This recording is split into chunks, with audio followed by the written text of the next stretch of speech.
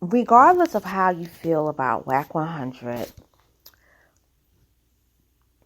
saying things about Nipsey Hussle doing gay activity and that he has it on tape, the one thing that has to be acknowledged is that Hassan Campbell will never be able again to be trusted in the hip-hop industry. Let me make that clear.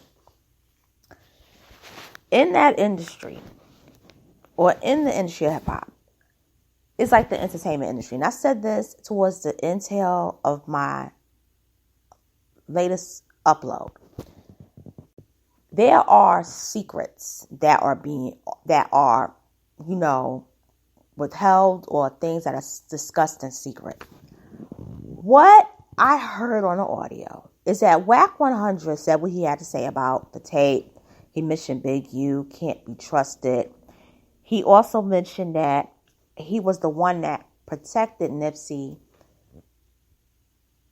image. Now, here's the thing. Hassan did interject and ask about Big U being the uncle to his baby mother. He was referring to the first one, Tanisha. And Wack said, hell no. He was like, he was like one of the worst people. You can't trust him. So he even mentions that, he would basically let him hear and see the tape. Not see the tape, but let him hear and tell him a little bit more information. That meant that Wack 100 was alluding that he, to a certain degree, thought that Hassan was valid. He thought you were valid. When you were invited to that podcast on DJ Academic's show, that was your second time. That was basically your entry into being a trusted person in the industry. You were basically about to be elevated on some same, or if not, a little bit lower than Wack 100 in terms of hip hop.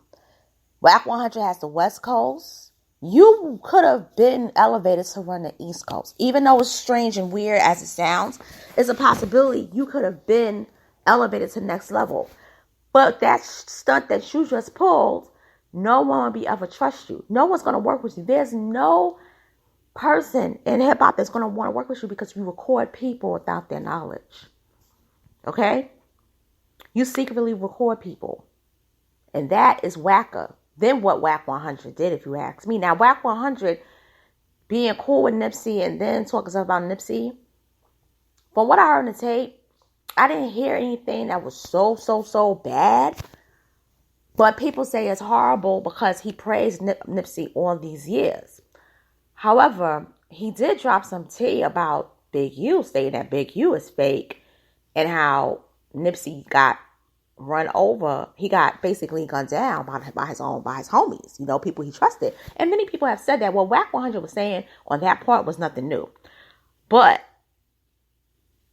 what Hassan did is more shocking because it's like you went that low to record this man and you had this in there for months and you pulled it out.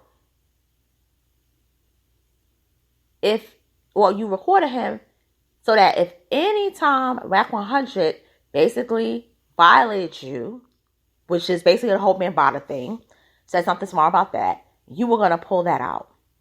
So congratulations, you made yourself a fool and you made yourself a mark. Because see, Wack 100 can kind of smooth this out. He's Pyru.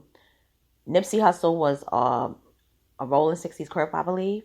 No, he wasn't a Rolling 60s. He was another Crip, I believe. He was another Crip. Damn, there's so many Crips organizations. He was like Crenshaw. It was something with Crenshaw. But the reality is that's LA. They're going to squash that. That's going to be smoothed out. Now, Wack will have to deal with Big U. That's the only thing. So Wack got to deal with that issue. But you got to do it worse. Because everybody who's ever talked with you, who's connected to hip-hop, now they're going to be looking like, did you record me? Did you record me? Did you record our conversations? You're going to be getting it from left and right once that calms down. And DJ Academics ain't messing with you, nor is Tekashi 6ix9ine.